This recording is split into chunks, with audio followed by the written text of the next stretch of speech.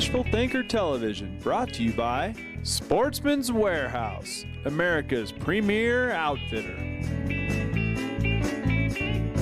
HPZ Workstations, performance, innovation, and reliability with game-changing design and cutting-edge technologies.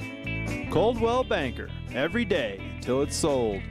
St. Croix Rod, handcrafting fishing rods for over 60 years. Evinrude, spend more time on the water.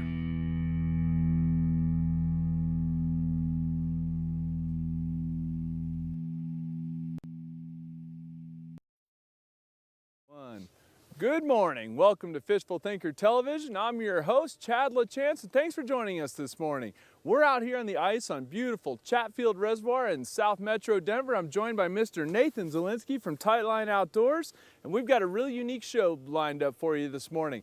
I'm no ice fishing expert. Everyone knows it. I'm new at ice fishing, but I'm not new at bass fishing, and I've been real excited about the possibility of catching bass through the ice.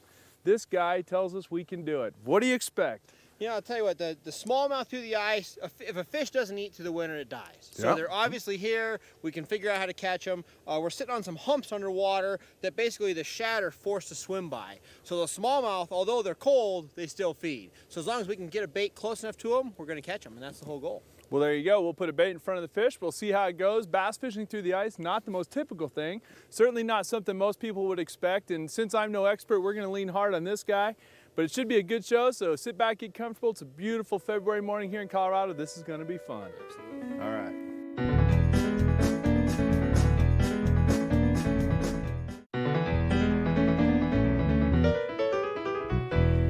Now, I might not be an ice fishing expert, but I spent enough time around sportsmen's warehouses to know that ice fishing is all about the bucket. I got my bucket, I got my minnow, I got my 2-foot pole and my 8-inch hole. I'm ice fishing with the best of them now.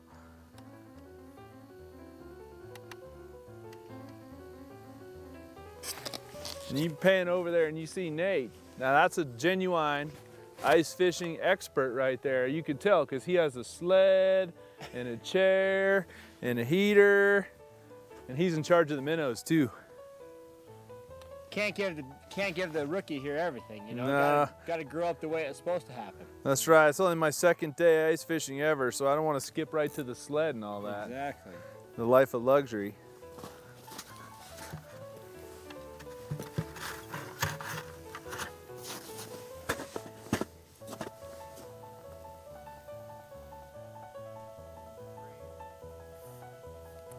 Now, I may not be an ice fishing expert, but I know a thing or two about staying comfortable outdoors in the cold, and that's a really key component. You can't have fun. It doesn't matter how fast and furious the fishing action is. If you're freezing cold or you're wet, you're not going to have a good time. So dressing in layers is probably never more important than something like ice fishing. Nate's sitting over here on a sled.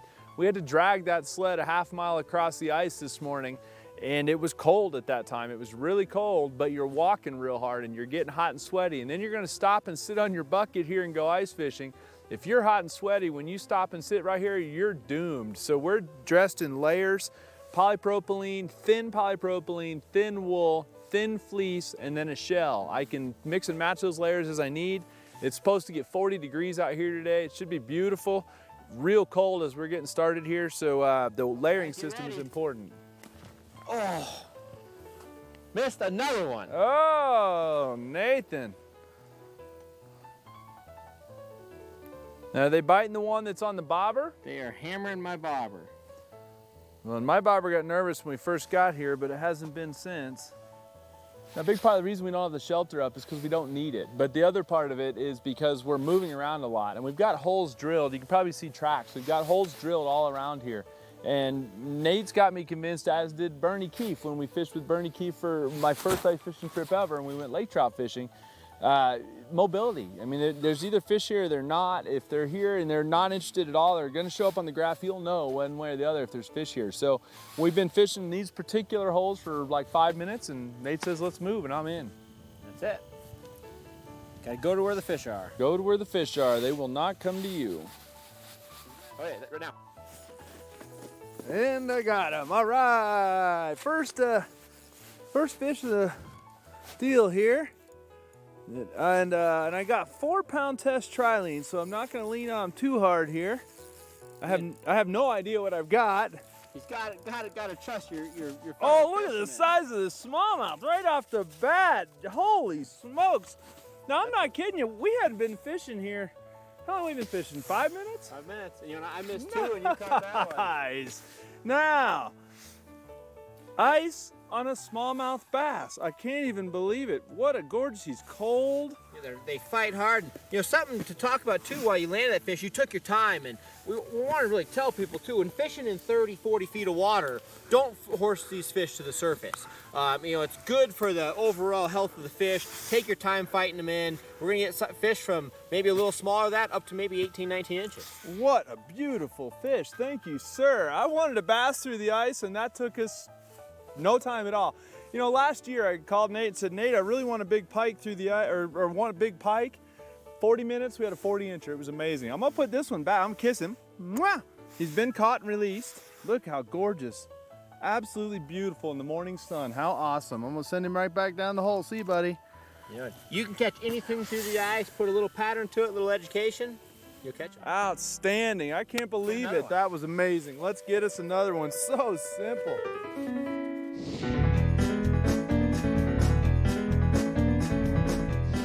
A good day on the water has to start with the angler being comfortable, and truthfully, I'm very picky about how comfortable I am on the water. When it's cold or if I'm wet, that is no fun. The extremities are the most important part to staying warm. Keeping your core warm is key, but your extremities are equally as important.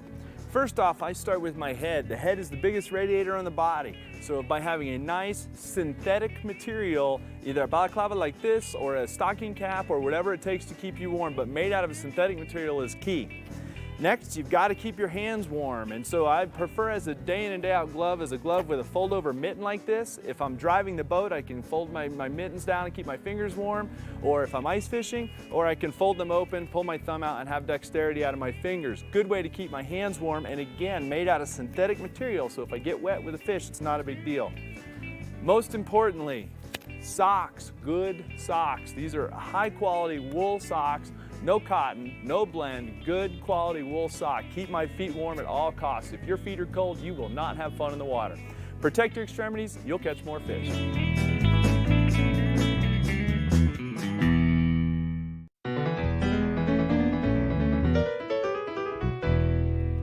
So here I'm lowering my minnow back down. We've got this little floating bobber right here with a bobber stop on it, and we'll get down to that bobber stop. I'm kind of feeding line off it. Got to be a little bit careful, I'm noticing, whenever we've been in the cold, as that line gets a little stiffer than you might otherwise prefer. And we're just gonna set this here and watch for that bobber to get nervous. That was real simple. I mean, my bobber got a little nervous, and then basically you could tell he was getting going. Really not a lot different than fishing live minnows anywhere else. Not that I do a ton of it. In fact, we do almost none of it. This is the first time I've had live bait of any kind in years. I'm a gulp junkie. Anybody that watches Fishful Thinker television knows we go through lots of gulp.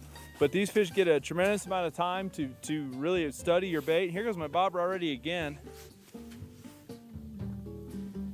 There must be a bunch of fish down there. Maybe that might be just that minnow. We'll keep an eye on that. But the bottom line is these fish get a tremendous amount of time to look at the bait, and so with the live minnows, a good way to get them done. I'd like to come back another day with the gulp minnows and put them back to back, but one thing you don't do is you go out with an expert like Nate and then argue with his tactics. He said this is how it'd work, and man, is it working already. Now I'm just gonna come over here and watch. Leave that bobber sitting there. Now that was really cool, Chad. So I was dropping it down, and you can see your minnow falling. Sure. And as I was dropping it, I watched fish come up off the bottom waiting for it. So right there, my true bottom's there, yep. And I got fish totally covering up the bottom. Let me drop it down, see if I can actually get my spoon down there. And I'll keep an eye on your bobber rod for you there. Your minnow's nervous, go figure, with fish all over the graph like that. Now once again, it goes to show you, I just learned to ice fish last week, and I'm still no expert at it by any stretch. It'll be years before I am. But the last time we were out, we were catching lake trout, and it's all about the flasher unit, and it's no different here. It's the water might be 10 feet, 20, 40 feet shallower. It might be a completely different kind of fish, but the fundamental thing is you know what's going on with your baits and with your fish by watching your graph. Yeah, and we talk about building a pattern, and those are your eyes underwater. See if the fish are getting excited, not excited, if they're checking it out, not checking it out. That is one of the big tools through the ice. Absolutely. That's been made abundantly clear between him and the world famous Bernie Keefe. I've had two really good instructors. So one of the things that separates the experts from the average guys is the management of your data. And that sounds really stupid when you're talking about fishing, but the reality of the situation is a guy with the most information, and a lot of times is gonna win. Nate's got thousands, literally thousands of GPS waypoints, not just here at Chatfield where we're fishing today, but Spinney, Antero, 11 Mile, elk wallows if you're an elk hunter. GPS is key, and the little handheld GPS, this is a little Lowrance H2O model, handheld GPS unit. The beauty of this is I can transfer data, as can Nate, back and forth through a little SD card, or you can plug them straight into your boat, to maybe you have a GPS in your boat or your car or whatever. I can also pop this out like Nate's gonna do at the end of today. He's gonna pull this SD card out and give it to me so that I have all these, okay, maybe not, but the reality is you can share those waypoints with your buddies, and that's really important. That's crucial. The spot that we're fishing here was me getting set up for this fall. You know, I was out here in November and I said, you know, I'm thinking about the upcoming winter, so I used my boat GPS, my Lowrance, cruised all around these spots, found the spot, entered it, and we're here today catching these fish. That's right, and so entered that same spot out of the boat, put it right in here, we come out here, we drag the sled out, we drill holes, and then he gives me an ice fishing lesson. See how that works? The handheld GPS is a great tool. Can I have the waterproof. chip? And waterproof, yeah. Now can I have the chip? Not yet. Ah. It seems to be a lot of focus on this bobber, and as you can see, my bobber's moving right now. My bobber's starting to get going right now, which tells me that there's probably a fish here, and it's a pretty unique little bobber. And Nate, why don't you tell us a little bit about this bobber? I'm going to pay close attention to mine here. Tell us a little bit about this bobber system. We're using a basic slip bobber setup, but the bobber itself is what's unique. So it's a foam bobber, and some of the real cool features of it is, one, you can actually pinch the bobber apart, so it's real soft. So we want real good sensitivity. We want the fish to be able to grab this and not feel it. So we can pinch that bobber off to make it more sensitive. We can make it to where the top of that bobber would barely be at the surface, barely floating, if the fish are being real sensitive. Now, if we're using real big minnows, you can start off with where the bobber came from the factory, being really long. But you can pinch them off, really get dialed in.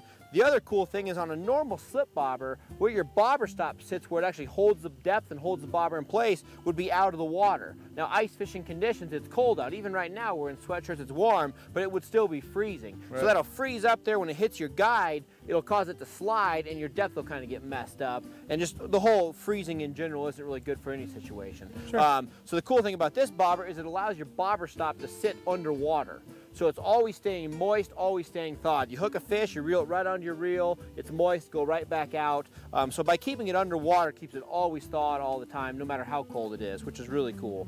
The last really cool feature is you can snap them on and off. So whether you're going to and from the lake and you want to snap it off so it's not bulky, or in a situation where you're fighting a really big fish, you can snap it off. That way that bobber's not hitting the edge of the ice, not really in your way at any time.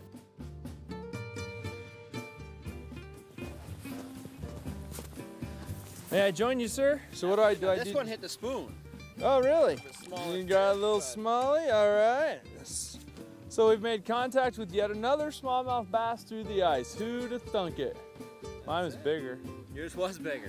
That's good That one hit the spoon, which was different. They really hit the bobber, so. Well, there you go. So we'll work a pattern out. So what we've got right now is a location and a depth range, but we don't necessarily have an exact deal. Put him back in the hole. Beautiful, I cannot believe. Well, he's trying to jump out. Huh, who'd have thunk it? I just wouldn't have pictured it'd be out here catching smallmouth bass through the ice on a beautiful February day. That's it. Good stuff. Got another one down there, right? Oh. Got him, nice. Look at him go. See why he's the expert and I'm just in charge of enthusiasm? I'm gonna come around on this side here. It feels a little better. You know, I looked over and on the graph right there he was. Yeah, I saw you. You looked at the graph and your bobber didn't even go under. See that? I got two other fish that followed him up that are dropping back down. So I'm gonna drop your spoon and see about pulling one of those. That's a beautiful fish right there. And I'm gonna drop this spoon down. Let's hold that one up. That's a pretty one right there. Another gorgeous smallie. Who'd have thunk it? I just would not have pictured that we'd be catching smallmouth like this, especially 2 at a time. Look at the belly, too. And he had a whole pile of them coming up, which is cool. So we know they're here, they're knowing their school, and obviously getting them riled up a little bit definitely helps it out. Yeah, outstanding. That's a beautiful fat, healthy fish. fish. We'll get him back, but awesome fish. Outstanding, man. Look at that. Look how lazy they are in the cold. Hey, I'm gonna go get my own rod now because you've apparently got him dialed over here. Good job, Mr. Zelinsky. That's why he does the books and videos when it comes to ice fishing, right there. 2 at a time, 1 in each hand. That's impressive. That's awesome. Good stuff.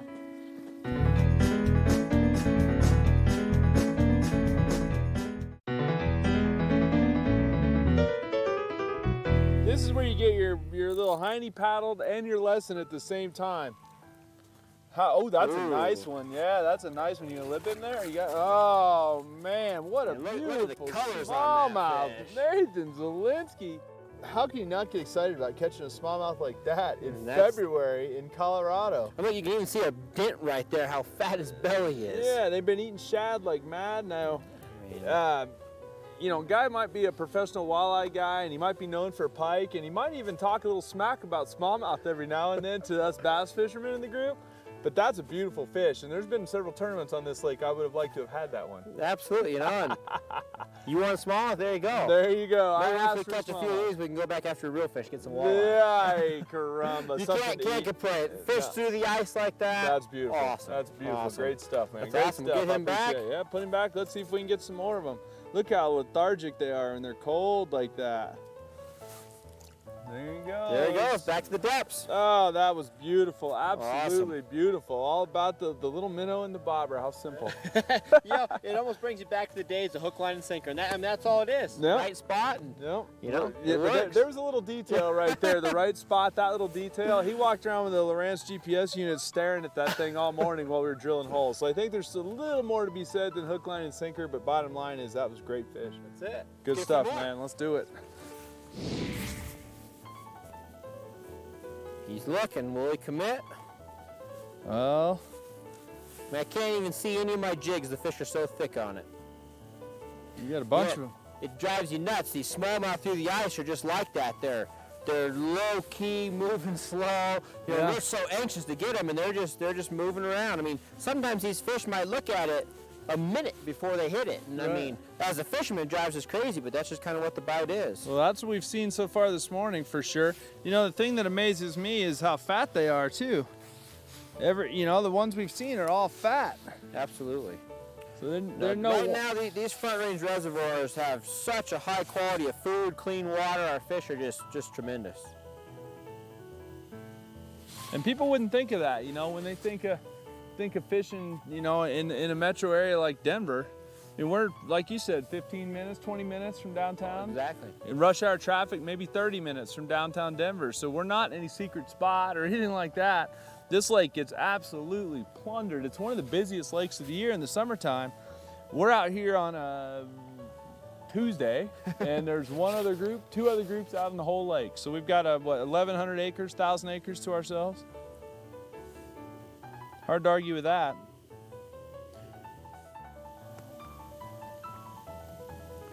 Now, even though it's my bobber that's sitting here that's nervous, my minnow's definitely nervous. And what we've seen already is there must be a smallmouth somewhere near there because that seems to be right after they get nervous, they go down, get eaten. So, but what I'm not gonna quit doing is quit working the jig real subtle in the other hole because that jig was working when that fish got here. And as you can see, I'm not working it very much. We're fishing 30 plus feet deep here.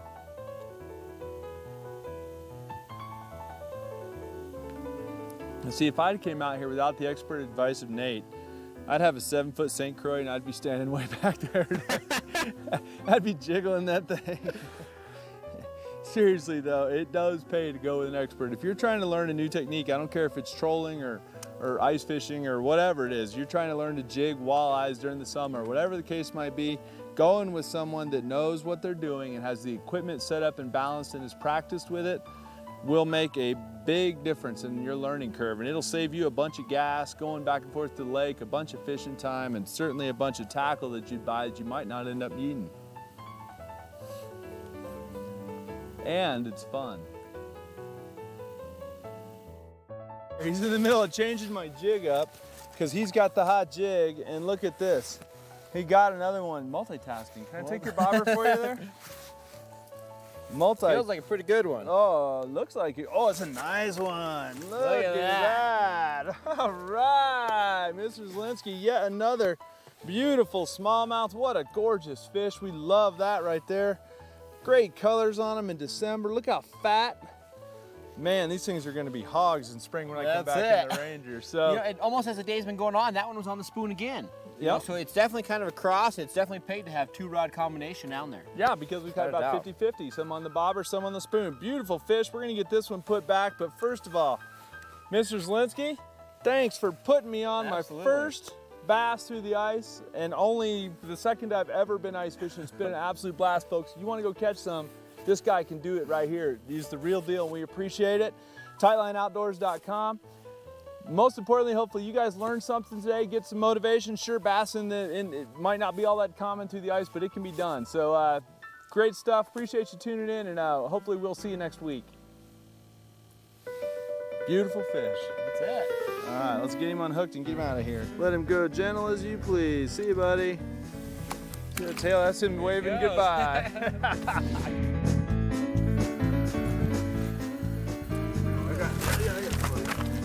All right, didn't even know I had a fish there. Oh, I got a magnificent First slimer. rainbow trout right there. Now, he cheated on me because I really didn't have a good feel of him, and I got him here. And boy, I done made a mess. You can tell that ice fishing, this is literally, folks, the second fish I've ever put, and I think we're going to take this one home and eat him. It's a stalker rainbow, and it's magnificent stalker rainbow trout. But we'll take him. It's the first fish through the ice. As you see, I've got him severely foul hooked through the gills. There's no point in me releasing this fish. He's a legal catch. We will take him home and we will eat him this evening. But goes to show you, you said multi-species from the get-go. That's it. And sure enough, we got multi-species right there. So maybe not exactly what we're looking for,